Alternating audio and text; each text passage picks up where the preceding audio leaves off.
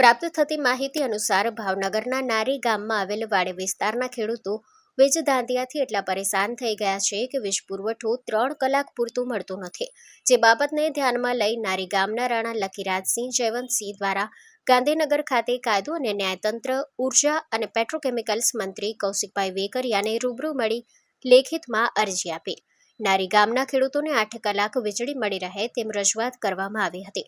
ત્યારબાદ રાજ્યના કૃષિ મંત્રી અને ભાવનગર પશ્ચિમના ધારાસભ્ય જીતુભાઈ વાઘાણીને પણ રૂબરૂમાં લેખિત અરજી આપી રજૂઆત કરવામાં આવી હતી, છતાં પણ આજ દિન સુધી કોઈ વીજ પ્રશ્નને નક્કર પરિણામ આવેલ નથી। Story report by Anil Gohil, Bhavnagar. મારું નામ મહેશભાઈ દિલીપભાઈ રાઠોડ, નારી ગામ પાટી વિસ્તાર। અહીંયા લાઇટનો પ્રશ્ન બહુ છે। લાઇટ આપણે વાડી આવીને તો લાઇટ જ ન હોય। જ્યારે ફોન કર્યું ત્યારે એમ કે લાઇટ રિપેરિંગમાં છે, પણ કેટલું રિપેરિંગ કરે કાંઈ ખબર પડતી નથી। અને તારમાં બધા ઝાડવા હલવાઈ ગયા છે। ઝાડવા કાપવાનું કેવી રીતે હાથે કાપવા, હાથે કાપતા શોર્ટ બોટ લાગી જાય શું કરવું આપણે? એની જવાબદારી કોણ લે? બરોબર।